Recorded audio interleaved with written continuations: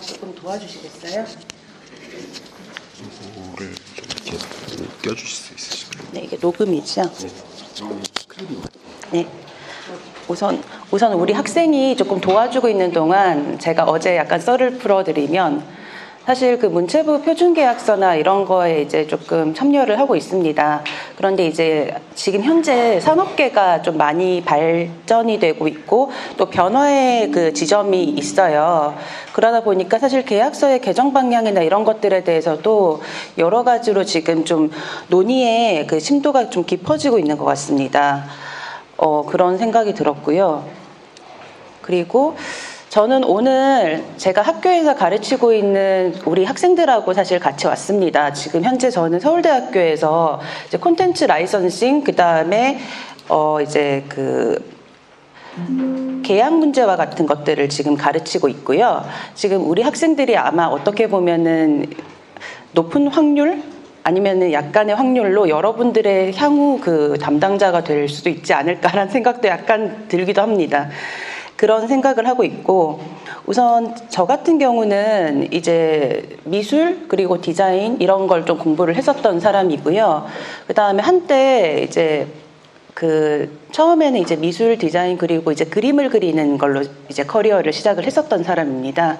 그런데 이제 제가 이제 나의 진로에 대해서 굉장히 많이 고민을 하고 있었던 찰나에 저의 그 동기이기도 하고 이제 제가 가장 사랑하는 친구이기도 한 그 무적핑크 작가님께서 저한테 그러니까 서유경 같은 성격은 법을 공부하는 게 맞을 것 같다라고 갑자기 점쟁이 같은 그런 말씀을 하셨고 저는 그때 무슨 소리냐, 내가 어떻게 법을 공부하냐, 나는 법을 공부해 본 적도 없고 나 어떻게 해야 될지도 모르겠다라고 생각을 했는데 자기를 믿고 한번 공부를 해보라고 하는 거예요. 그러고 나서 그 로스쿨 학원 등록하라고 학원비를 선뜻 선금제로 주시더라고요. 네, 선금제로 주셨고 교재를 사보라고 갑자기 계좌에 입금을 하는 거예요. 여러분들 그 선금제 MG 이런 거 잘 아시죠? 저도 이제 그래서 이제 무적핑크 작가님 덕분에 사실 이제 공부를 이제 떠밀려서 이제 하게 됐고 법 공부가 저한테 너무너무 잘 맞더라고요. 그리고 이제 앞으로 내가 이걸 어떻게 하면 좋을까? 앞으로 어떤 변호사가 되면 좋을까? 이 친구하고 얘기하다 보니까 앞으로 자기 같은 창작자들을 조금 도와주는 변호사가 되면 좋겠지 않냐, 이런 이야기를 서로 나눴어요. 왜냐하면은 플랫폼이나 혹은 이제 유통사들을 도와주는 변호사들은 참 많은데요. 당연히 많을 수밖에 없죠. 안정적인 변호사로서의 수익이 확보가 될 수 있는 시장이니까. 그런데 이제 창작자들은 사실 이렇게 모이는 것도 일이에요.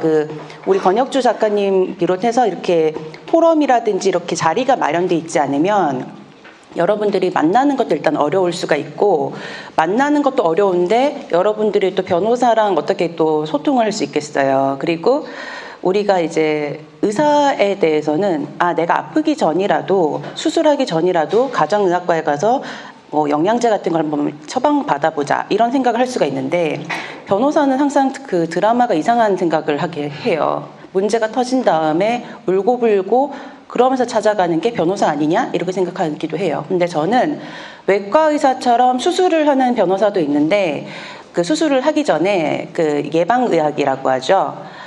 어떻게 하면은 건전한 거래 경험을 가질 수가 있고 여러분들이 좋은 계약서를 쓰는 게 얼마나 값진 일인지에 대해서 알려주는 그런 변호사가 되고 싶다라고 생각을 하고 있습니다. 그래서 내과 의사 혹은 가정의학과 의사 이런 느낌으로 그냥 생각을 해주시면 좋을 것 같습니다.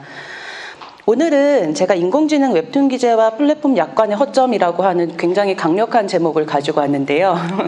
이 강력한 제목을 가지고 온다라고 하니까 이제 엔모 플랫폼에 이제 계시는 저희 친구, 동기이기도 한 그런 친구도 그렇고 다른 플랫폼에 계시는 분들도 이 약관 이슈에 대해서 조금 워하게 좀 다뤄달라, 이렇게 조금 편하게 너무 조금 이제 수위를 조금 낮춰달라, 이런 얘기도 하셨어요, 사실은.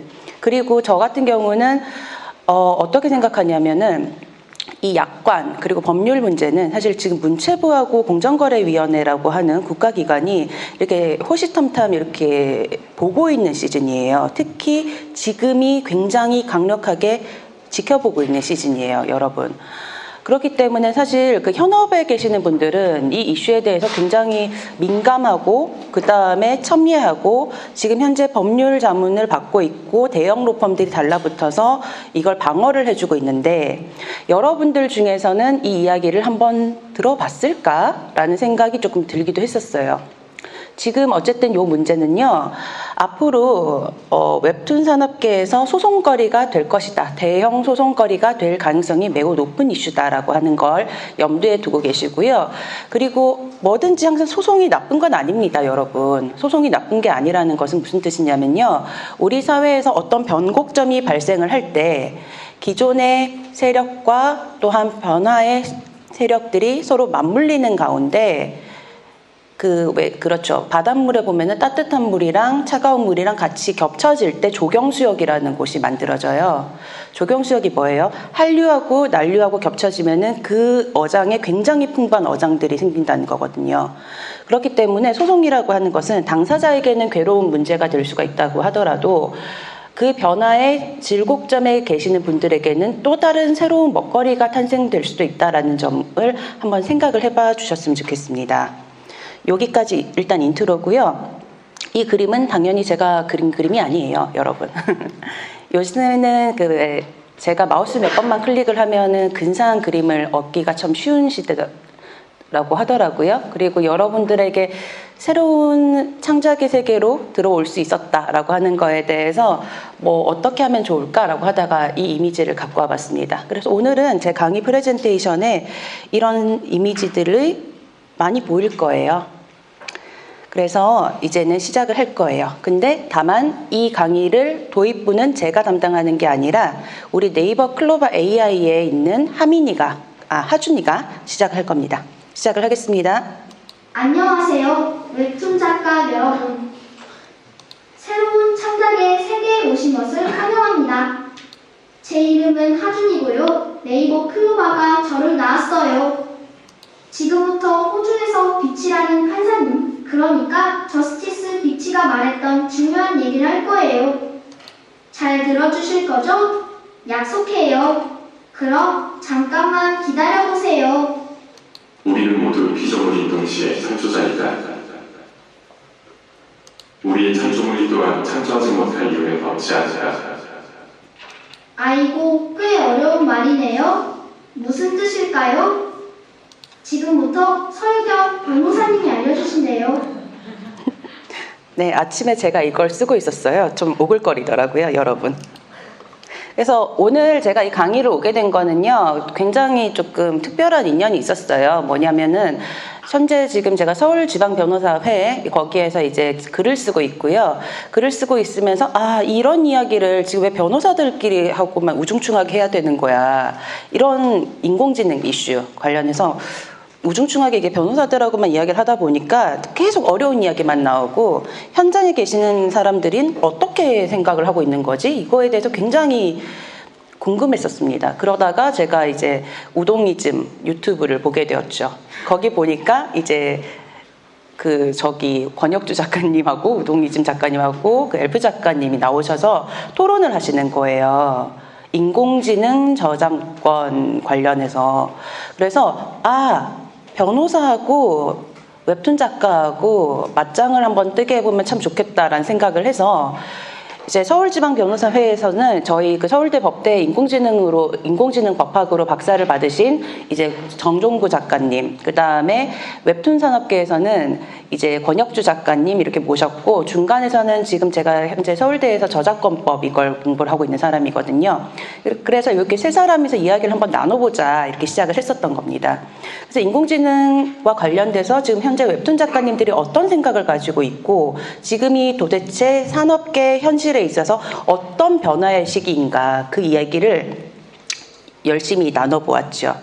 그리고 오늘은 제가 이제 저희 학교 학생들도 데리고 왔다라고 했는데요. 가능하면 우리 강의 마치고 우리 학생들하고 여러분들하고 인사를 하는 시간도 좀 있었으면 좋겠다라고 생각을 합니다. 그리고 저는 일단 문화 콘텐츠 그리고 이제 콘텐츠 비즈니스 이런 것에 좀 특화가 돼 있는 변호사이고요. 서울대에서 그 강의를 하고 있다 말씀을 드렸습니다.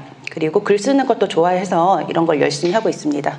그래서 일단 그 정종구 작가님이 아니라 정종구 변호사님하고 권혁주 작가님하고 이렇게 대화를 나눴던 거는 요 강의를 마치고 제가 이렇게 샘플 그 PDF 사본 같은 걸 한번 제공을 할 수 있도록 해보겠습니다.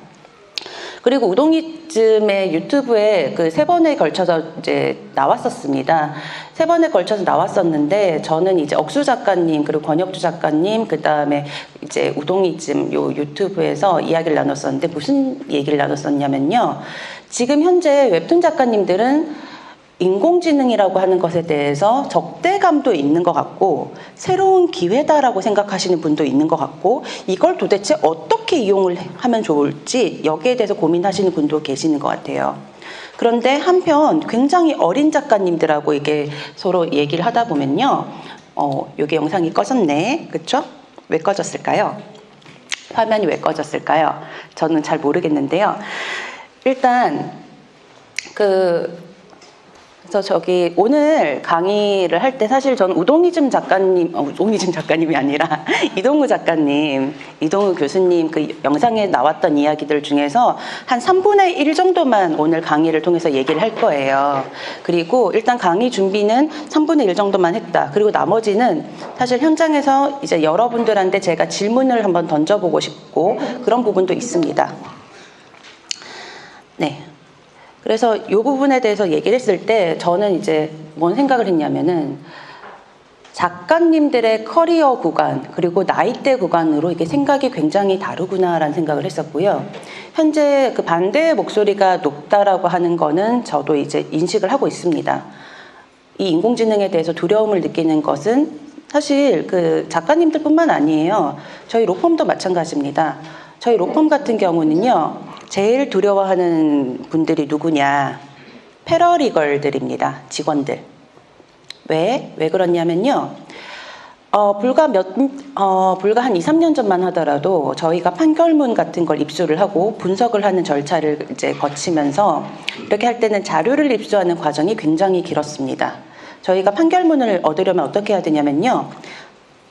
대법원 그 웹사이트, 그 대한민국 법원 웹사이트에 가서 판결문 열람 신청이라고 하는 걸 한번 하고요. 그 다음에 이제 그 판결문을 검색을 해야 되는데 판결문 검색을 자유롭게 할 수 있는 게 아니라 그 당사자와 그 다음에 사건 번호라고 하는 거를 정확하게 기입을 해서 그걸 또 신청을 해야 되고 허가를 받아서 다운로드를 받는 데까지 이게 한 짧으면 하루 이틀, 길게는 2, 3일 이렇게 걸리는 겁니다. 그러면 변호사가 그런 것들을 체크를 하고 다운로드 받는 걸 변호사가 직접 해야 되는 게 아니라 패러리걸들, 직원들을 시키는 거거든요. 직원들이 그걸 입수를 해오면 저희가 그 내용들을 분석을 하고 그 내용을 분석을 하고 이제 저희는 실제로 이제 디렉팅을 해야 되는 일을 하니까 그런데 지금은 그게 거의 대체가 됐습니다. 인공지능으로. 지금은요, 제가 5분 만에 자료를 거의 구할 수 있습니다. 최근에 여러분들 아시는지 모르겠는데요. 50-50 사건 아시죠? 50-50 사건 관련해서 저는 소송 대리인은 아니고 이제 언론사 기자님들이 그 사건을 분석하는 데 있어서 이제 문체부하고 그 이제 언론사 기자님들이 그 사건을 분석하는 데 있어서 이 50-50 사건이 연예인 엔터테인먼트 계약에 있어서 어떤 의미가 있는 것이냐 이것들에 대해서 이제 분석하는 작업을 했는데요. 그렇게 하려면 분석을 하려면은 50 사건뿐만 아니라 과거 한 10년치 사건을 분석하고 깨야 되는 거거든요. 그럼 그 자료를 어떻게 얻었냐는 거죠. 인공지능 프로그램으로 얻었습니다. 인공지능 프로그램으로 그 자료를 얻었고 굉장히 빠르게 분석을 해드릴 수가 있었어요. 그리고 난 다음에 변호사로서 분석안을 빨리빨리 제공하고 그럼 빨리빨리 보도가 나오잖아요. 빨리빨리 보도가 나오고 그 다음에 빨리빨리 피드백을 받게 되고 그 다음 일을 계속 생각을 하게 되는 그런 굉장히 속도감 있는 시간을 사실 최근에 한 2달 이상 보냈습니다. 어쨌든 생성형 인공지능 이 웹툰 시장 침공 관련해서는 이제 그 우동이즘 유튜브 한번 봐주시면 좋고요. 저 같은 경우는 이걸 하면서 느꼈는데 변호사들하고 서로 얘기하는 것도 굉장히 재밌긴 한데 현장에 계시는 분들하고 얘기를 하니까 더 재밌는 거예요, 이게. 그리고 여기서 이제 억수 작가님이 좀 약간 그 뭐라 그럴까요? 효과음으로 오 뭐 이런 거 있잖아요. 그런 걸 얘기하시는데 변호사들한테는 그런 얘기가 그런 오 이런 효과음이 안 나와요. 그래서 너무 재밌었고요. 그 다음에 굉장히 어떻게 보면은 현장에 있는 사람에게 이제 이해가 될 수 있는 이야기들이 필요하다라는 생각이 들었습니다. 그래서 제가 가능하면 웹툰 토론을 할 때 이런 자리가 있으면은 작가님들하고 소통할 수 있는 기회를 좀 알려주셨으면 좋겠습니다라고 말씀을 드렸고요. 저는 오늘은 법률가의 언어라기보다는 현장에 계시는 작가들의 언어를 제가 좀 추측을 해서 이제 왔습니다.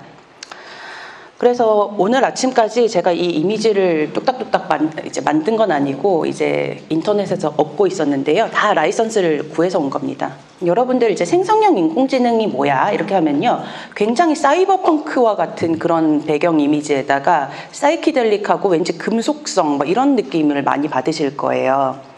그리고 왠지 인공지능이라고 하면은 우리의 모든 것을 빼앗아갈 것 같고 그 다음에 굉장히 똑똑한 초천재 한 명이 나올 것 같다라고 하는 그런 생각을 하고 계시는데요. 약간의 선입견이 있는 것 같습니다. 저는 좀 비유를 하자면 그냥 저답게 비유를 한번 하자면 인공지능은 아기, 이제 갓 말을 배우는 아기라고 생각을 합니다. 왜 그렇게 생각하냐면요. 지금 인공지능은요.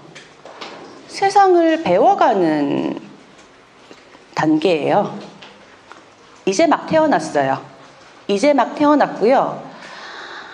정말 아는 게 없는 상황에서 일단 이 인공지능이 뭔가를 생성을 시키기 위해서 학습을 시켜야 돼라고 하는 게 그렇게 돌입이 들어간 시대입니다. 이 무지의 상태로 인공지능이 나타났다는 건요. 일단 머리 IQ는 굉장히 좋게 태어났다 이런 뜻이고요. 아직까지는 뭘 아는 게 없다는 겁니다. 그런데 아는 게 많이 없기 때문에 일단은 우리 기술계에 계신 분들이 웹사이트 온라인으로 된 것들, 디지털화가 된 정보들을 일단 다 긁어 모아가지고 얘한테 일단 다 넣어보자 라고 하는 겁니다. 디지털화된 정보라고 하면요. 여러분들이 단순히 문자만 생각을 하시는데요. 텍스트, 문자만 생각을 하시는데 그것뿐만 아닙니다. 동영상, 이미지 이런 것들도 데이터 자료입니다. 이런 것들도 데이터 자료고요. 이 아는 것이 없는 아이가 태어나서 세상에 태어난 아이에게 꼬꼬마 아기에게 1살, 2살, 3살 아기에게 엄마하고 아빠가 저것은 꽃이고 저것은 고양이야. 저것은 학교고 이것은 가방이야. 이렇게 가르쳐 준다라고 해서 어떤 대가를 요구하나요? 요구하지 않습니다. 아이에게는 너무나도 당연한 거예요. 엄마가 동화책을 읽어주면서 그 아이가 백설공주라고 하는 그 동화책의 내용을 학습을 할 때 물론 책값은 내긴 하죠. 책값은 내긴 하는데 거기에 대해서 뭐 저작권 침해 이런 걸 주장을 하진 않습니다, 여러분. 그런데 그 아이가 이렇게 자라나기까지 시간이 필요하고 지식이라고 하는 게 필요하다라고 하는 게 어쨌든 정책적인 판단이라는 겁니다. 물론 저는 여기서 지금 정책을 비판을 하러 온 사람이라서 무조건 편을 드는 건 아니에요. 그런데 이 아이가 자라나는데 온갖 걸 이제 학습을 하고 자라난 아이가 뭔가를 못 배우게 될 수도 있고 혹은 그런 거죠. 어떤 지식을 배우려고 하는데 갑자기 100만 원을 내래요. 갑자기 50만 원을 내래요. 갑자기 학원비 같은 학습비를 내래요. 그럼 이 아이는 배우지 못하게 되는 상황이 발생을 할 수가 있는 거죠. 뭔가를 알고 싶은데 못 배우는 상황이 발생할 수 있다는 거예요. 그래서 이걸 인간 아이가 아니라 인공지능 아이라고 생각을 한번 해보자는 겁니다. 우리가 인간 아이에게는 이 문제에 대해서 뭐 저작권 침해나 아니면은 뭐 이제 뭐 보상 청구권이나 이런 것들에 대해서 일절 언급을 하지 않지만 인공지능에게는 왜 요구를 하는 것일까? 그리고 인공지능에게는 왜 우리가 두려움을 느끼게 되는 것일까? 이 부분부터 좀 본질적으로 우리가 짚고 넘어가야 되지 않겠느냐라는 그런 질문을 던져보는 거고요.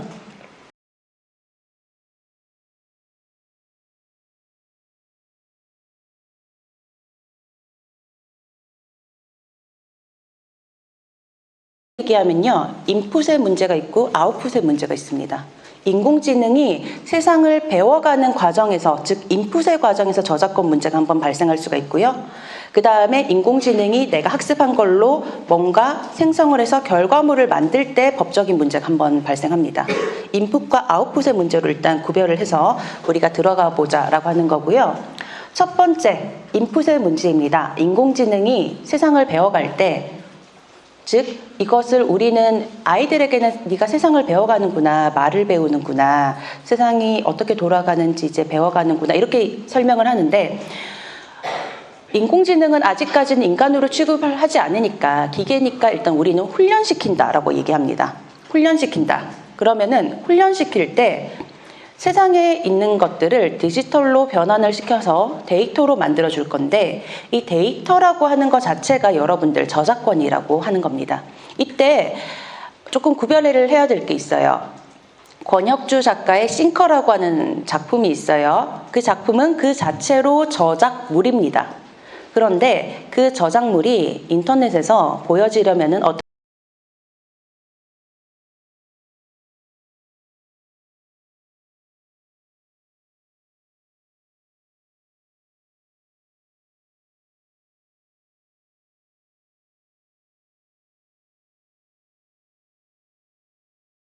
한마디로 그 밀가루처럼 이렇게 곱게 입자처럼 굉장히 가늘게 분쇄가 될 수가 있다.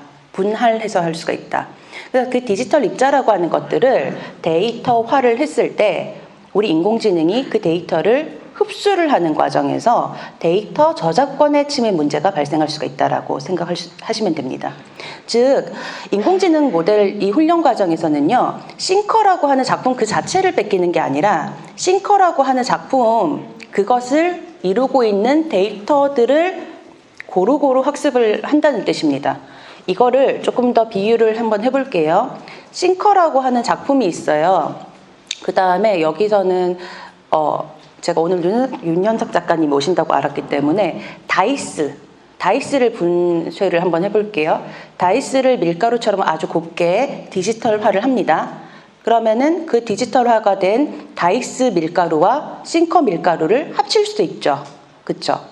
그리고 그렇게 두 개가 합쳐졌을 때 뭐가 생성이 될지 모른다. 그러면은 이것은 작품 자체를 뺏긴 게 아닙니다. 그 작품의 데이터를 학습을 시킨 게 저작권 침해 문제가 발생할 수가 있어. 이 문제를 한번 질문을 던져봐야 되는 겁니다. 두 번째, 크게는 아웃풋의 문제입니다. 인공지능으로 생성한 결과물을 저작권으로 보호할 수가 있느냐, 이 문제를 가지고 얘기하는데요. 제가 여기서 지금 별표를 친 단어가 있습니다. 저는 절대로 창작이라는 말을 안 썼습니다. 그리고 생성물이라고 했지, 그 결과물이라고 했지, 저는 저작물, 창작물이라고 얘기하지 않았습니다. 언어는 굉장히 중요합니다. 언어는 왜 중요하냐? 결과물, 생성물이라고 부를 것인지 창작물, 저작물 이렇게 부를 것인지에 따라서 법적으로 보호할 것인가 아닌 것인가가 갈라집니다. 우리는 아직까지는 입법자들은 인공지능이 자체적으로 생성한 결과물을 저작물로 취급을 하지 않습니다. 즉 무슨 뜻이냐면은 인공지능이 생성한 결과물은 누구든지 쓸 수 있다는 얘기입니다. 오늘 제가 여기 가지고 왔던 자료들 중에도 인공지능이 생성한 게 있긴 해요. 그건 제가 오픈 도메인으로 쓸 수 있다는 겁니다. 그런데 인공지능으로 창작한 저작물, 창작물이라고 하면 이건 완전히 개념이 달라집니다, 여러분. 그래서 요거는 개념을 좀 구별하자는 취지에서 이렇게 제가 가지고 왔고요. 이 문제는 현재 미국에서 저작권청에서 가이드라인이 나온 게 있습니다. 그런데 그 가이드라인이 어떻게 돼 있냐면요, 인간이 주도를 해서 인공지능을 툴로 써서 어떤 저작물을 창작을 한 경우에는요, 법적으로 보호를 해주겠다라고 하는데요. 그게 아니라 인간의 개입이 없이 인공지능이 주가 되어가지고 생성된 결과물은 법적으로 보호를 하지 않겠다라고 합니다. 여러분, 그러면 잘 생각을 한번 해볼게요. 여러분들이 지금 먹물과 붓으로 이제 그림을 그리는 분들이에요. 동양화 그림을 그리시는 분들이에요. 근데 세상에 갑자기 포토샵이라고 하는 게 나왔네? 포토샵이 나와서 여러분들이 먹물만 쥐고 있던 사람들이 갑자기 포토샵을 가지고 그림을 그리게 합니다. 그런데 어라? 먹물로 표현할 수 없었던 가지각색의 효과를 포토샵으로 구현을 할 수가 있어요. 그러면 포토샵 작가는요, 나는 새로운 작품을 하고 있네 라고 생각을 하실 수가 있는데, 먹물을 쥐고 있는 동양화 작가는요, 보기에는 에이 저게 무슨 이라고 말할 가능성도 높죠. 작가의 장인의 혼이 실리지 않은 뭐 저런 잡기에 능한 이런 발언을 하실 수도 있어요. 그런데 포토샵 작가들은 동양화 작가들이 그리던 리그와는 굉장히 다른 그림들을 창작을 하기 시작한단 말이에요. 그렇죠? 그리고 포토샵이 그린 건지 사람이 그린 건지 일단은 잘 모를 때가 있습니다. 웹툰 작가님들은 직접 본인들이 그림을 그리시고 포토샵에는 이제 의지 툴로서 이용하시는 정도겠지만은 정말 포토샵으로 이제 인간이 구현하기 힘든 그런 것들을 하시는 분들도 있긴 해요. 근데 어쨌든 미국 저작권청에서는요, 인공지능을 현재까지는 툴로 쓸 수 있게 되면은 거기에 있어서 창작자를 인간으로 볼 수가 있으면 그 부분에 대해서는 저작물로 인정을 해주고 작가를 저작자로 인정을 해주겠다라고 합니다. 그런데 그 선을 생각하는 게 굉장히 모호해요. 조금 있다가도 이제 제가 소송 사례 같은 것들 몇 개를 보여드릴 텐데, 그 선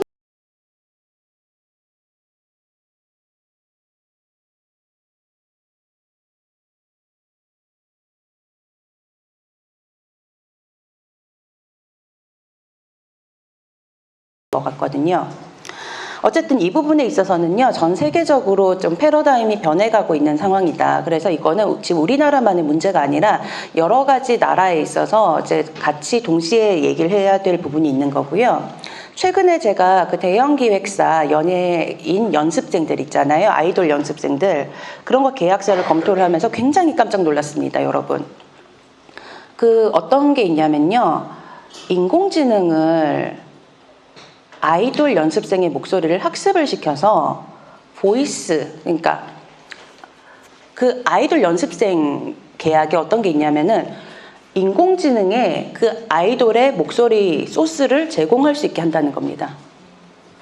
무슨 뜻인가요? 아이돌은, 연습생들은 100명 중에 한 몇 명이 아이돌이 되죠? 1명, 2명, 3명이 될까요? 굉장히 치열할 텐데. 그러면 아이돌들은, 그 연습생들은 연습생 아이돌 데뷔 못할 수도 있는데 목소리 데이터를 남기고 나올 수가 있겠네요. 그쵸? 너무너무 흥미로운 거더라고요. 그리고 우리 이제 미주라고 하는 아이돌 연습생이 남긴 음성 데이터가 보니까 미주는 끄듬이 좀 처리가 미숙한데 고음을 잘하네. 그런데 민정이라고 하는 아이돌 연습생은 이게 그 미주의 단점을 보완할 수가 있네. 섞어버리면 어떻게 되죠? 미주와 민정이를 합쳐서 이제 뭐 미정이라고 하는 그 인공지능 그 아이돌 보컬이 나오나요? 일단 그 문제도 굉장히 흥미로운 겁니다, 여러분. 그 문제도 흥미로운 거고요. 이럴 때 문제가 있어요. 연습생은 내 목소리 데이터에 대해서 어떻게 주장할 수가 있냐? 불공정해요. 이렇게 얘기하고 끝날 거냐? 나는 데뷔는 하지 못했지만 목소리는 인어공주 에리얼처럼 마녀에게 뺏겨버렸어요. 이렇게 생각할 건가? 계약서에 동의를 했잖아요. 연습생이 되고 싶다며. 대형 기획사 연습생이 되고 싶다며. 동의했잖아. 이런 문제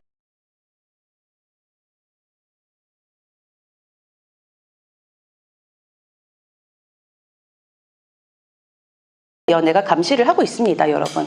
앞으로 이런 부분들도 문제가 한 2, 3년 내로 나오지 않을까라고 예상을 하고 있습니다.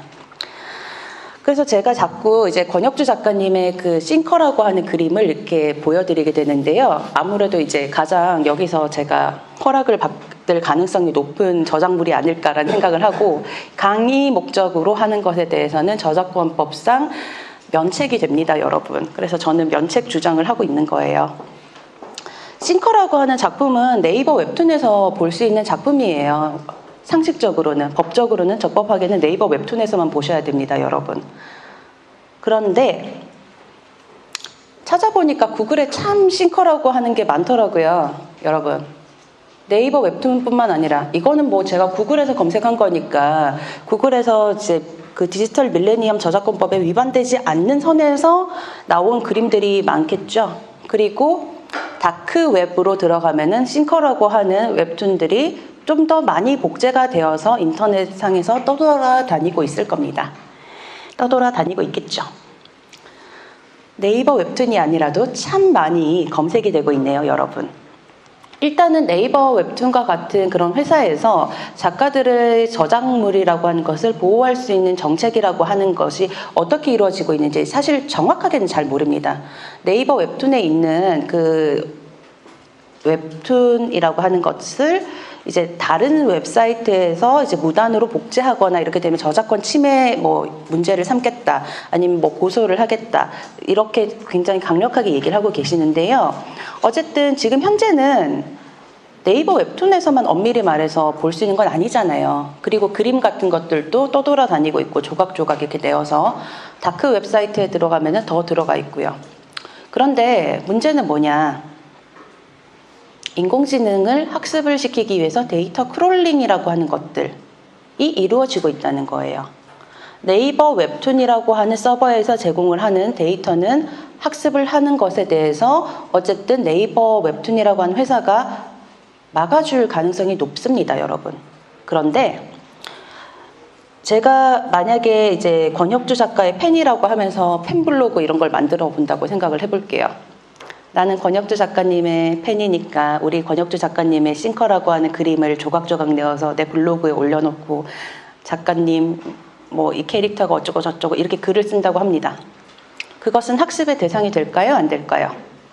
학습의 대상이 됩니다, 여러분.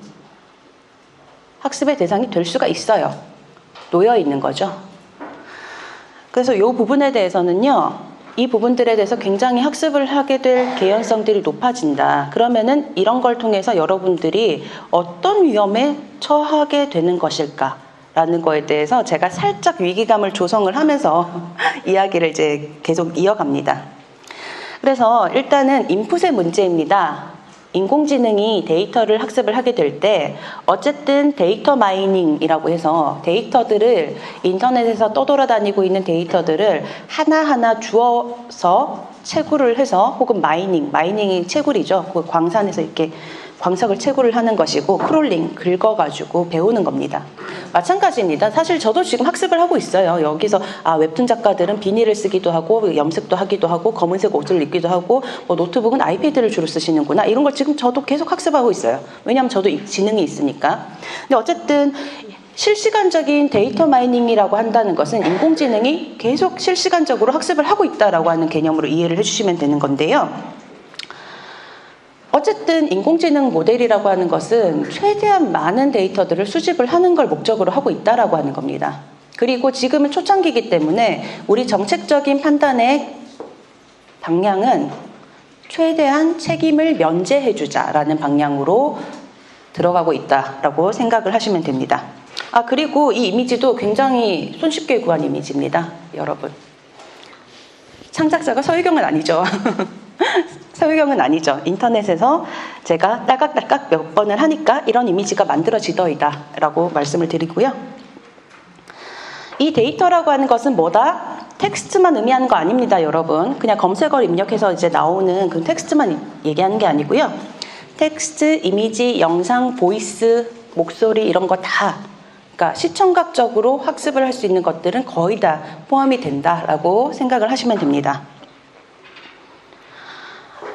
텍스트 데이터 마이닝이라고 할 때요, 여러분, 텍스트 데이터 마이닝이라고 하는 것이 무슨 뜻이냐? 어쨌든 인터넷에서 우리가 떠돌아다니고 있는 텍스트와 데이터 같은 것들을 채굴을 하는데 그것을 학습을 할 때 그것에 대해서 저작권 침해를 문제 삼지 않겠다라고 하는 정책적인 그 법적인 판단입니다. 그 규정 같은 거예요. 어쨌든 이 기술은요, 데이터를 분석해서 가치 있는 정보를 발견하는 정보 처리 기술을 의미하는 것인데 원천 콘텐츠라고 하는 거는 대부분 다 저작물일 겁니다. 블로그에 나와 있는 게시물도 그냥 내 일기장 같은 것도 있을 수가 있고, 뭐 제 일기 같은 거는 뭐 경제적인 가치가 크지 않겠지만 여러분들에게는 경제적인 가치가 크죠. 그걸로 나의 회사가 운영될 수가 있고, 이제 내가 유통 거래를 할 수가 있고, 라이선스 거래의 당사자가 될 수가 있는 거니까. 이 저작권으로 보호를 한다라고 하는 것은요, 일단은 인간, person이라고 하는 창작자와 권리자가 만든 것, 그래서 인간만이 가질 수 있는 권리입니다. 인간에는 두 가지가 있죠. 개인, 자연인으로서 여러분들과 같은 자연인이 있고요. 주식회사 땡땡땡이라고 하는 법인이 있습니다. 그리고 법인뿐만 아니라 인간에는 또 더 있긴 해요. 법인으로 인정될 수가 있는 게. 주식회사 땡땡땡 이런 것뿐만 아니라 여러분의 돈도 인격을 가질 수가 있습니다. 재단법인이라고 하는 걸로요. 그 다음에 여기 계신 분들이요, 몇 명이서 모이셔가지고 정관을 쓰시고, 그 다음에 뭐 정관을 쓰시고 등기까지 마치시면요, 사람들의 모임도 하나의 법인격, 독립된 법인격으로 인정을 해주겠다라고 해서 사단법인이라고도 인정이 됩니다. 어쨌든 그 돈이라고 하는 것도 인격을 가질 수가 있다. 이 뜻은 무슨 뜻이냐면요, 앞으로 인공지능도 법인격으로 인정될 가능성이 열렸다라는 뜻으로 말씀드린 겁니다. 현재 지금 법학계에서 굉장히 많이 논의가 되고 있는 게 인공지능의 법인격을 인정할 것인가, 어떻게 인정할 것인가 라고 하는 부분입니다. 여러분들 그런데 이제 여기서 그 회사하고 거래하신 분들이라면 좀 이해하실 텐데요. 창작자는 나 개인이라고 하더라도 저작권을 회사로 양도시키는 그런 계약을 한번 해보신 분도 계실 거고 아닌 분도 계실 겁니다. 회사는 살아있는 자연인, 내추럴 펄슨이 아니죠. 하지만 회사는 독립된 인격이 있기 때문에 저작권을 가질 수 있게 된다라고 하는 거, 이건 상식으로 알고 가시면 좋고요. 데이터는 재산적인 권리와 비재산적인 권리로 나뉩니다. 요거는요, 조금 법적인 얘기긴 한데요. 재산적인 권리는 뭐다? 돈을 만들어낼 수 있는 권리입니다. 이것에는 크게 4가지 법이 적용됩니다. 현재. 저작권법이 가장 대표적이고요. 그 다음에 부정경쟁방지법, 데이터산업진흥법, 콘텐츠산업진흥법, 이렇게 크게 4가지 상황에서 이제 재산적 권리, 여기 말씀드리는 거고요. 비재산적인 권리다라고 하는 것은 뭐다? 뭐 개인정보, 프라이버시 이런 것들을 얘기하는 겁니다. 어쨌든 요거는 그냥 법적인 상식으로만 말씀을 드리는 거고요. 인공지능 데이터 학습, 저작권 침해일까요? 아닐까요? 이거에 대해서 강의 초반부에 말씀을 드리기도 했는데요. 이게 정답입니다. 현재 상황에서는 그럴 수도 있고 아닐 수도 있습니다. 라고 밖에 말씀을 드릴 수밖에 없습니다. 그런데 아마도 앞으로는 아니게 될 가능성이 굉장히 높아지겠습니다. 이렇게 말씀드릴 것 같아요. 여기서 핵심은 아닐 수도 있다. 아니게 될 가능성이 매우 높아진다. 라는 겁니다. 왜 그렇냐? 일단 원칙부터 먼저 말씀드리겠습니다. 제가 권혁주 작가님의 싱커라고 하는 작품을 데이터로 분할을 해서 이제 제가 이용을 하게 되면요, 원칙적으로는 저작권 침해입니다. 지금 현행 법으로는 그렇습니다. 그것은 어떻게 되는 것이냐? 인공지능에게 내가 학습을 시킨다. 유경 AI라고 하는 것에 대해서 인공지능으로 싱커라고 하는 작품을 학습을 하고 다른 작품들도 막 학습을 해요. 이거 원래 저작권 침해 문제가 발생합니다. 크게는 어떻게 되느냐? 저작재산권 중에서 복제, 데이터를 복제할 수 있는 거, 그 다음에 전송할 수 있는 권리를 침해를 하는 것이고요. 그 다음에 싱커라고 하는 걸 학습을 해서 제가 뭐 센커 아니면 더커 뭐 이런 걸 만들 수도 있잖아요. 그럼 2차적 저작물 작성권 침해가 발생합니다. 그 다음에 권혁주 작가의 작품이 동일할 수 있는 동일성 유지권이라고 하는 거를 유경 인공지능이 침해한 겁니다. 이런 저작권 문제가, 침해 문제가 발생합니다. 하지만 이것을 면책하게 하는 2가지 규정이 있습니다. 지금 현재 공정이용이라고 하는 것은요, 미국하고 우리나라에서 인정을 하고 있는 겁니다. 미국하고 우리나라에서 인정을 하는 것이고, 이거는 이미 입법화가 되어서 굉장히 전통적인 법리로 나와 있는 거가 있고요. TDM 면책 규정이라고 하는 게 있습니다. 이거는 왜 제가 점선으로 표시를 했느냐. 우리나라에서 이거를 입법화를 할 거냐 말 거냐, 이거를 지금 국회에서 계류하고 있기 때문에 제가 점선으로 표시를 한 겁니다. 아마 통과될 가능성이 높아요. 왜? 일본, 유럽, 그 다음에 뭐 영국, 영국은 아니죠. 일단 유럽하고요, 일본하고 이런 데서 도입을 했거든요. 그래서 우리나라도 개정안, 국회에서 통과가 될 가능성이 매우 높다. 이것은 뭐다? 인공지능으로 학습 데이터 저작권 침해 면책 규정이라고 하는 게 있는데, 일단은 현행 저작권법 제35조의 5 공정이용이라고 하는 조항, 그 다음에 개정안, 현재 저작권법이 전부 개정을 앞두고 있거든요. 43조에서 TDM 면책 규정이라고 하는 것을 신설할 가능성이 굉장히 높기 때문에 어쨌든 앞으로는 면책이 될 것이다 라는 거고요. 이 법이 없더라도 여러분들은 이미 여기서 지금 대형 플랫폼에 가입 회원이 아닌 분이 없을 겁니다. 저만 해도 네이버 회원이고요. 카카오 회원입니다. 당연하죠. 카카오톡을 쓰고 있으니까요, 여러분. 이렇게 됐을 때 법이 아니라고 하더라도 우리는 모두 플랫폼 약관에 보면요. 여러분들 약관을 얼마나 유심하게 보시는지 모르겠는데 저는 유심하게 봅니다. 인공지능으로 학습을 시킬 수 있는 데이터를 제공을 하는 것에 대해서 동의를 하게 합니다. 그거 동의 안 하면 가입을 못 하잖아요, 여러분. 마찬가지입니다. 대형 기획사에서 아이돌로 데뷔를 하고 싶은 연습생이 목소리 데이터를 넘기지 않겠다라고 하면서 버틴다고 하면은 어떻게 되죠? 그 회사에서 아이돌로 데뷔 못 하는 겁니다. 그럼 그 아이돌 연습생에게 너는 목소리 데이터를 주지 않았으니 너는 아주 소형으로 가서 자체적으로 독립 아이돌이 되거라. 이렇게 얘기할 건가요? 그렇게 하기 힘들죠. 그래서 오늘은 그런 이야기들을 조금 제너럴하게 한번 해볼 겁니다. 어쨌든 현행 법으로 법 규정이 마련되어 있는 것부터 말씀드릴게요. 저작물의 공정한 이용이 있다라고 하는 거고요. 우리 지금 미국이랑 우리나라에서 인정이 되고 있는 법리입니다. 공정한 이용이라고 하는 것은요, 페어 유즈 독트린이라고 하는 게 있는데, 저작물의 일반적인 이용 방법과 충돌하지 않고 저작자의 이익을 부당하게 해치지 않는 경우에는 인공지능으로 데이터를 학습을 시키더라도 면책을 해줄게 라고 하는 겁니다. 이때 공정이용에는 4가지 고려 요소가 있는데요.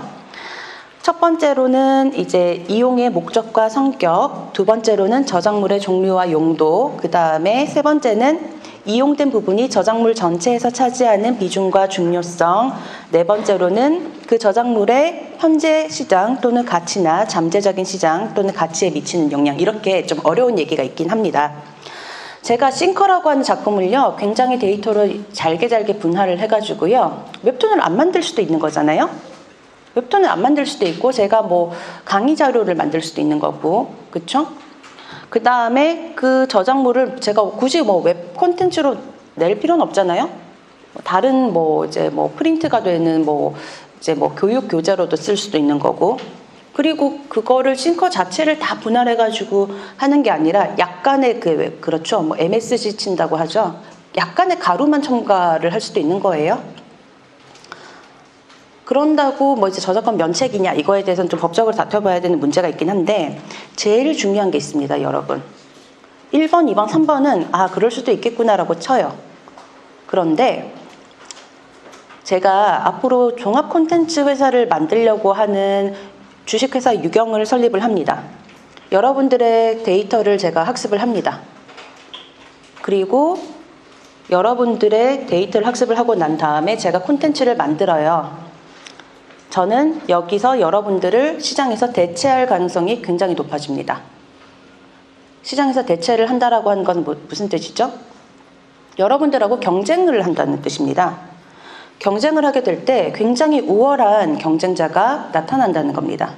여러분들은 여러분들의 것을 야금야금 내어주고, 주식회사 유경이 인공지능을 가지고 있는 주식회사 유경은 콘텐츠를 굉장히 우월하고 빠르고, 그리고 여러분들의 데이터를 총종합을 해서, 왜 그런 거 있죠? 그 옛날 드래곤볼에 보면 약간 원기옥 같은 느낌. 그런 콘텐츠를 낼 가능성이 높아지겠죠. 이런 부분들은. 대체 가능성이 굉장히 높아진다는 겁니다. 시장에서 현재 시장에 미치는 영향, 그리고 앞으로의 시장에 미치는 영향.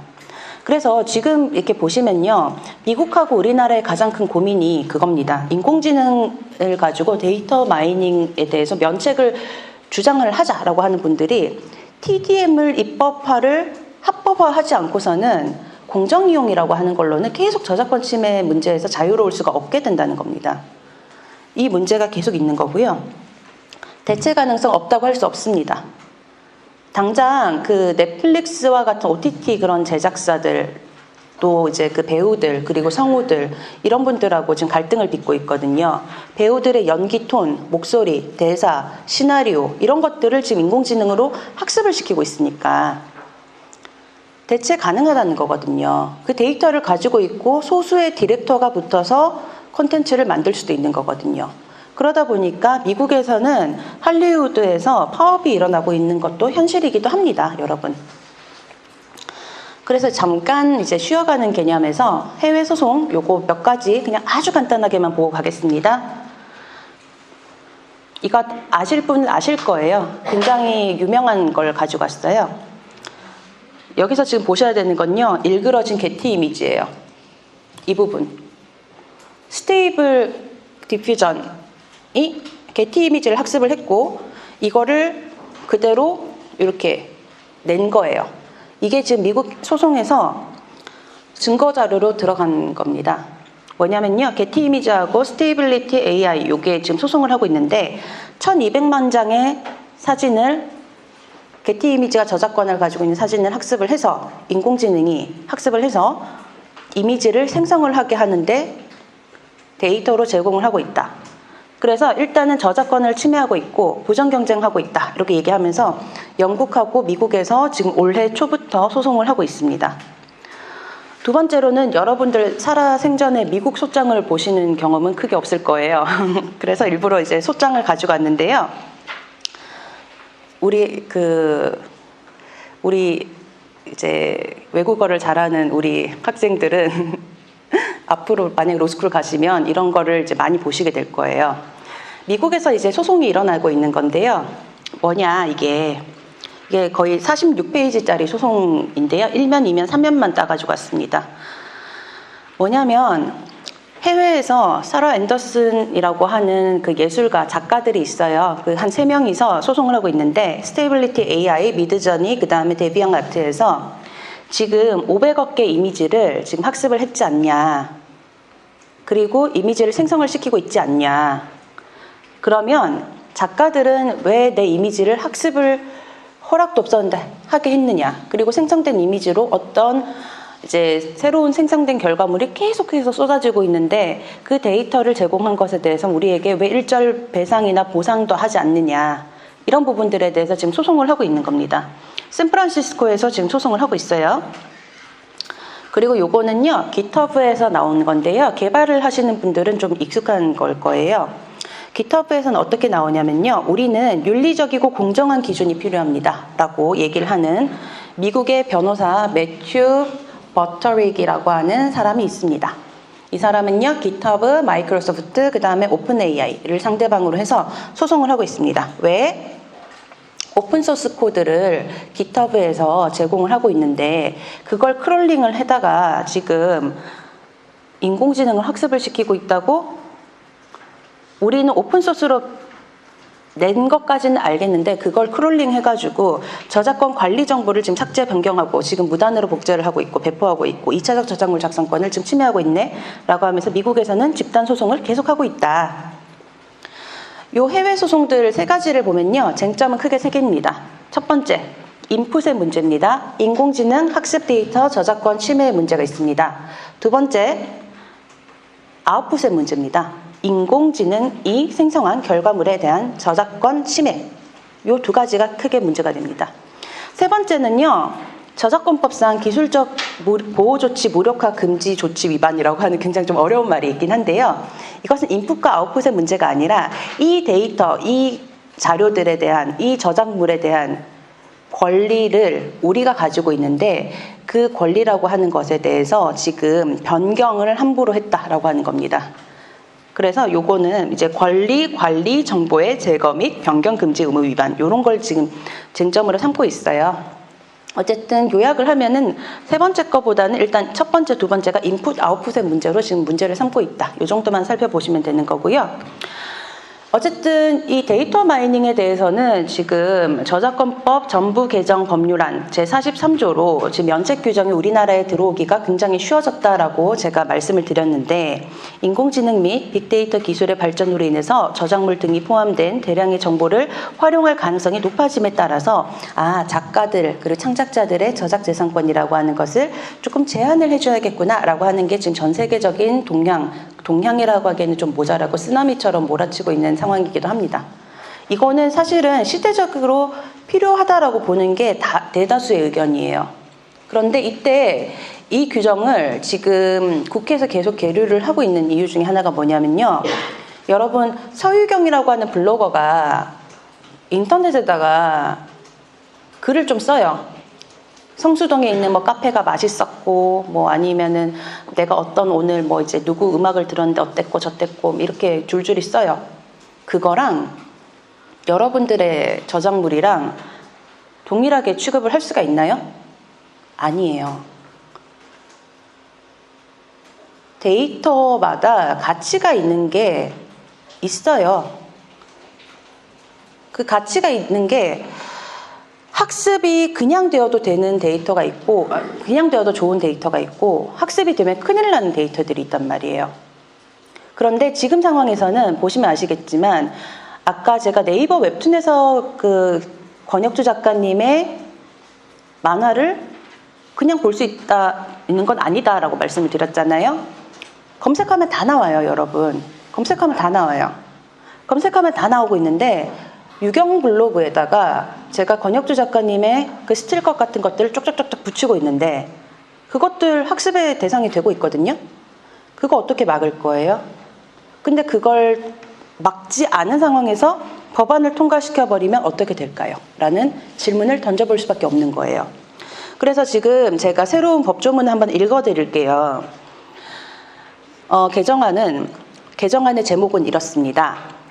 정보 분석을 위한 복제 및 전송. 이것은 저작권법으로 면책을 해주겠다라고 하는 건데요. 컴퓨터를 이용한 자동화 분석 기술을 통해서 다수의 저작물을 포함한 대량의 정보를 분석하여 추가적인 정보 또는 가치를 생성하기 위한 것으로서 저작물에 표현된 사상이나 감정을 향유하지 아니하는 경우에는 필요한 한도 안에서 저작물을 복제 전송할 수 있다. 다만 해당 저작물에 적법하게 접근할 수 있는 경우에 한정한다. 제1항에 따라서 만들어진 복제물은 정보 분석을 위해서 필요한 한도 내에서 보관할 수 있다라고 하는 건데요. 일단은 여기서 참 중요한 부분 중에 하나가 뭐냐면요. 데이터를 크롤링을 했어. 그런데 저작물에 표현된 사상이나 감정을 향유하지 아니하는 경우라고 합니다. 제가 싱커의 주제의식을 안 따라하면 되는 거네요. 제가 싱커의 스토리를 안 따라하면 되는 거 아닌가요? 다른 스토리 붙일 수도 있죠. 면책인가요? 라고 할 때 이게 일반적인 상식적인 우리가 이해하고 있는 윤리적인 관점이랑은 좀 많이 달라집니다, 여러분. 법이 사회적 상식이랑 부합을 하고 일반적인 윤리 감정과 부합을 할 때 법은 힘을 얻는 거거든요. 이게 일반적인 블로거들이나 아니면은 뭐 이제 DC겔 이런 거 있잖아요. 그런 글들과 여러분들, 그러니까 DC겔 같은 경우는 익명성을 굉장히 중요하게 여기잖아요. 그걸 가지고 자기들이 웹소설 연재할 것도 아니고. 근데 그것과 지금 여러분들의 것은 굉장히 다르다는 겁니다. 근데 이거를 저작물에 표현된 사상이나 감정을 향유하지 않는다. 스토리 좀 바꾸고 좀 맥락을 좀 바꾸면 되는 거 아니냐라고 이해를 할 수도 있다는 거예요. 그러면 이게 열려버리면 사실은 조금 힘들어지는 상황이 오겠죠. 최근에 인공지능 산업 활성화를 위해서 저작권 제도의 조화라고 하는 주제로 6월 30일에 국회의원 회관에서 이제 한국저작권법 학회 지식재산권 총연합회 그리고 이제 국회의원 이렇게 모여서 이제 회의를 하셨어요. 그리고 여기 보시면 이제 저의 이제 모교 교수님도 나오셔서 이제 말씀을 하셨는데 여러 가지 이야기들 중에서 어쨌든 맥락만 말씀드릴게요. 일단 7월 달에 문체부는요, TDM에 대해서 긍정적인 이제 앞으로 도입을 하겠다라고 하는 방향성에 대해서 발표를 하셨고요. 이 방향성을 발표하기 직전에 나왔던 우리나라 그 지식재산권법, 저작권법의 학자들의 그 모임에서 학회에서 이 얘기가 나온 겁니다. 안효질 회장님께서는 어떤 말씀을 하셨냐면, 인공지능 산업의 발전을 위해서는 기존의 저작물이나 각종 데이터에 용이하게 접근하고 이용할 수 있는 법 제도적인 환경이 필요하다. 큰 관점에서는 TDM 면책 규정을 도입을 하겠다라고 말씀을 하신 거예요. 그게 필요하다라고 말씀하신 거예요. 류시원 교수님께서는 어떤 말씀을 하셨냐. 큰 이견이 없다. 큰 방향성에 대해서는 동의를 한다. 그러한 공감대 위에서 저작권법이 개정이 추진되고 있다. 우리 저작권법의 TDM 면책 규정의 형태를 만들어가는 것에는 외국의 입법례가 당연히 참조가 되어야 된다. 참조됐겠죠. 전 세계적인 추세니까. 그 다음에 다만 우리나라의 정책적, 법제적 상황에 적합한 해결 방안을 찾기 위해서는 다른 나라에서 TDM 면책 규정을 도입을 했다라고 해서 그걸 따라하는 게 아니라 과정과 배경까지 살펴보고 신중하게 가자라고 하는 말씀을 하셨고, 김병일 교수님께서는 데이터 마이닝의 경우에는 어쨌든 저작권 행사가 제한될 필요가 있다. 즉 면책을 해야 될 필요가 있는데, 데이터 마이닝이라고 하는 걸 가능하게 하기 위해서는 어쨌든 데이터 복제라고 하는 것을 계속 허용해 줄 필요가 있다. 이런 이야기들을 계속 하고 계시는 겁니다. 전체적인 방향성에서는 맞는 얘기가 될 수가 있어요. 그렇지만 그럼에도 불구하고 생각해 볼 부분이 있다는 거죠. 창작, 특히 웹 컨텐츠를 가지고 창작을 해서 직업인으로서 생활을 하시는 분들에게는 이 문제는 조금 생각을 해볼 문제가 있다라는 겁니다. 제가 소설을 써가지고 수필을 써가지고 이제 출판을 하는 작가라면은 사실 그렇게까지 위기감을 느낄까라는 생각은 합니다. 왜? 그 동영상에서도 제가 말씀드렸는데요. 웹 크롤링이에요. 웹에서 크롤링 하는 거예요. 교보문고 와서 크롤링 하진 않잖아요, 여러분. 출판사 와가지고 한글과 컴퓨터 이거를 지금 크롤링을 하는 건 아니잖아요. 근데 여러분들 것은 웹에 올라가잖아요. 그렇죠? 그래서 요거는 좀 참고를 하자라는 건데요. 해외에서도 영국, 프랑스, 독일, 일본이 TDM 면책 규정을 허용하기 위해서 저작재산권 규정을 이미 도입했다. 그런데 우리나라하고 미국은 아직이다. 우리나라하고 미국은 Fair Use Doctrine, 그러니까 공정이용 조항까지만 허용을 하고 있다. 그런데 지금 이제 우리나라도 세계적인 추세에 맞게 가자는 건데요. 일단 영국 같은 경우는 조금 철회를 했습니다. 좀 신중하게 가야 될 필요가 있다라고 해서 영국은 일단 하겠다고 했는데 영국은 좀 철회를 했습니다. 영국은 지금 신중하게 가겠다고 하는 입장이에요. 인공지능 학습 훈련을 위해서 인터넷에서 타인의 저작물을 크롤링해서 쓴다라고 하더라도 저작권 침해 책임에서 면제해주자, 이런 것이 지금 현재 국회에서 계속 계류하고 있습니다. 법안이 통과가 되면은 직격탄을 맞는 분들이 계실 겁니다. 이때 웹툰 작가님들의 생각은 어떠합니까? 라고 이제 좀 제가 시리어스하게 물어보고요. 좀 시리어스하게 물어봅니다. 마찬가지인데요. 저도 이제 동영상에서 말씀드렸지만 지금 현재 제가 블로그에 글을 쓰는 거를 좀 중단을 했습니다. 저는. 왜냐하면요. 저는 이제 블로그에서 이제 아르테코 리걸이라고 하는 블로그를 운영을 하고 있는데 거기에서 제 사상과 감정과 제 어떤 사건을 어떻게 했고 어떻게 내가 이제 처리를 했고 아니면은 이제 그런 내용들을 계속 올리고 있는데 그게 학습의 데이터로 쓰일 수가 있잖아요. 그러면은 사실 여기에서 조금 망설임이 생기더라고요. 물론 서유경보다 더 나은 변호사가 나올 수도 있고 각 변호사들마다 다를 겁니다. 다를 건데요. 내가 올렸던 나의 지식과 내 소송 경험이라고 하는 것들을 올렸을 때 거의 무상으로 누군가가 그것을 복제를 해가서 그것을 리걸 엔진을 가지고 있는 리걸 인공지능에다가 팔면은 저는 굉장히 언페어하다라고 생각할 것 같거든요. 굉장히 언페어하지 않아라고 생각할 것 같거든요. 그래서 일단 제가 블로그를 쓰는 걸 좀 중단을 했습니다. 왜냐하면 저도 고민을 해보고 싶더라고요. 이거를 이대로 그냥 블로그에 올리는 게 맞아? 아니면은 웹 크롤링의 대상이 아닌 종이책으로 쓰는 게 맞아? 아니면 강의 컨텐츠로 해서 이 강의 컨텐츠 지금 PPT를 크롤링하러 오는 건 아닐 거잖아요. 그래서 이제 어떻게 내 생각과 경험들 같은 것들을 이제 오픈을 하는 게 맞지라고 하는 그 생각을 조금 하고 싶은 시간이 오더라고요.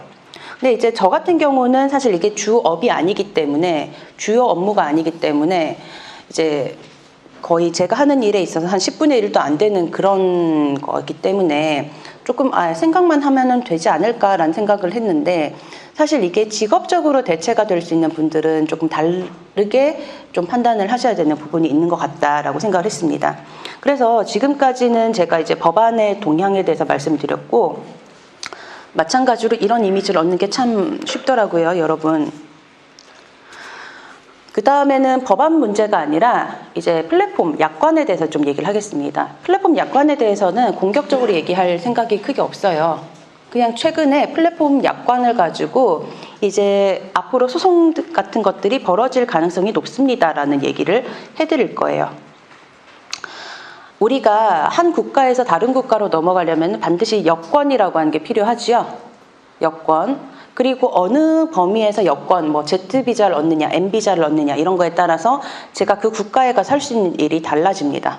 그렇죠? 취업비자도 있고 여행 관광비자 같은 것도 있고 굉장히 달라지죠.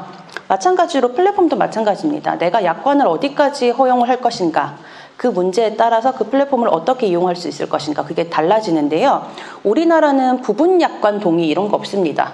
전체 약관에 동의를 해야지만 그 플랫폼을 쓸 수가 있어요. 약관에 인공지능 학습 데이터 제공 동의 규정이 있다라고 하는 거 알고 계시죠? 그리고 작가님들 중에서는 블로그 운영하시는 분들도 계실 거예요. 자, 일주일에 내가 이제 작가 후기를 올리면서 내 블로그에다가 이번에도 또 업데이트가 됐습니다라고 이제 블로그를 운영하시는 작가님들도 계실 거예요. 뭐 이제 비하인드 컷이나 스틸 컷 같은 거 하나씩 올리셔가지고.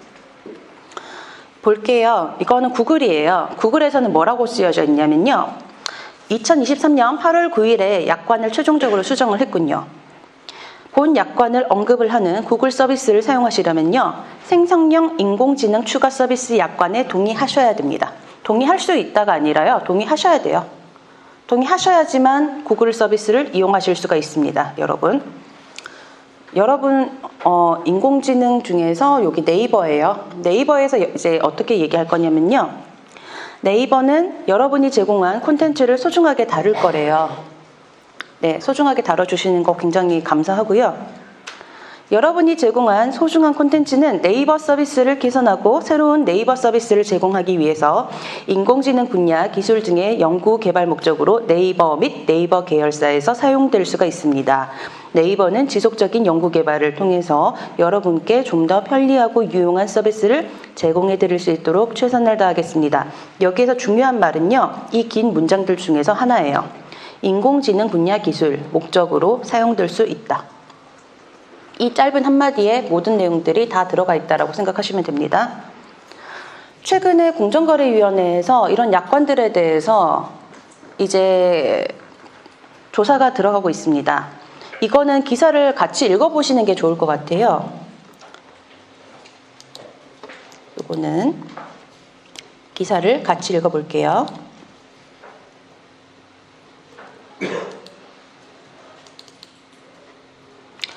네이버가 잘했다 잘못했다 이걸 지금 얘기하고 싶은 게 아니라요. 네이버가 일단은 이제 플랫폼 서비스 사업자들 중에서는 가장 주목을 받고 있기 때문에 네이버를 필두로 들어가게 된 것이다라고 이해를 하시면 되는 거고요. 그 다음에 후속적으로 들어올 겁니다. 가령 이제 우리가 공정거래위원회에서 한 업체를 타겟으로 해서 들어가진 않습니다.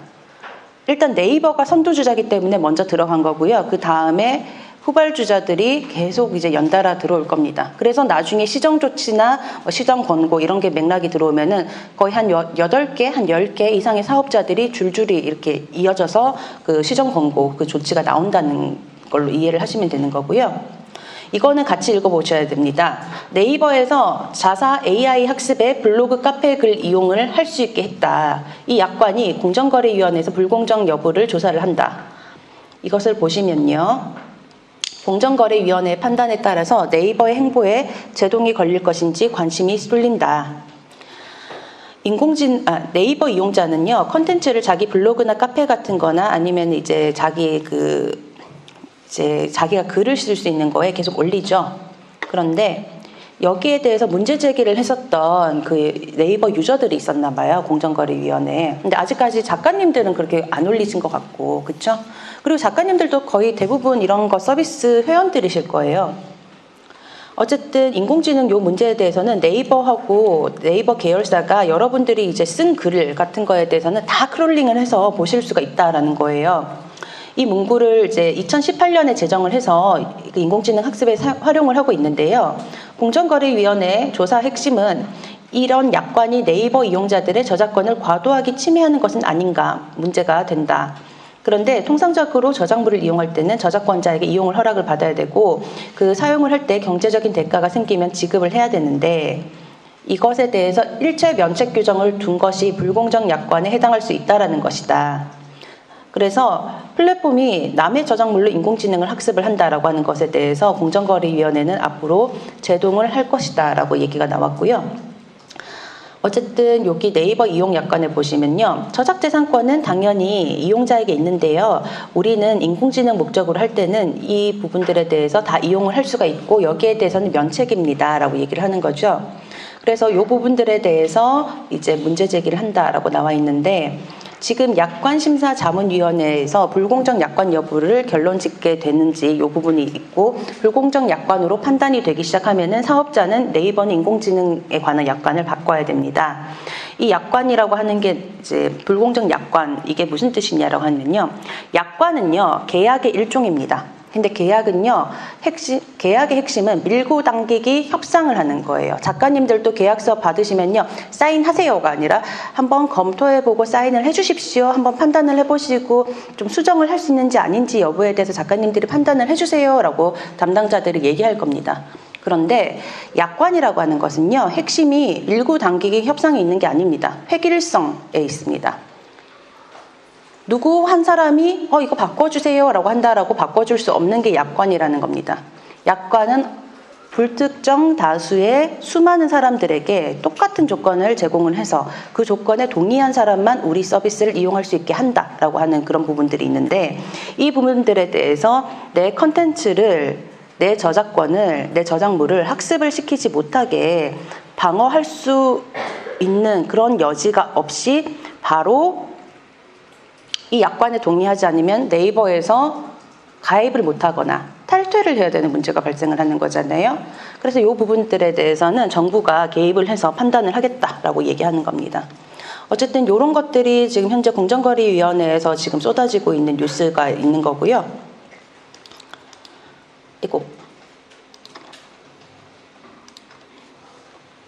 앞으로는 이제 새로운 세상으로 가야 되는데 이런 이미지도 참 얻기 쉬워진 시대입니다. 일단 자세한 얘기는 여기 우동이즘 유튜브에 제가 그냥 하고 싶었던 이야기를 조금 자유롭게 했어요. 그래서 이것도 캡처를 했지만 이것도 면책입니다, 여러분. 우동이즘의 그 저작권을 침해한 게 아니에요. 요걸 얘기한 거고요. 오늘은 동영상에서 얘기했었던 것 중에 한 3분의 1 정도만 얘기를 했습니다. 앞으로 인공지능 시대가 오면은 산업의 계약 모델 같은 것들이 또 근본적으로 변하게 될 것이다. 이런 얘기를 말씀드리는 거고요. 일단은 저한테 주어진 시간으로는 제가 어느 정도 좀 채운 것 같아요. 그래서 잠깐만 쉬는 시간을 가지고요. 여러분 그 다음 강의를 이어가는 게 좋을 것 같습니다. 수고하셨습니다. 네.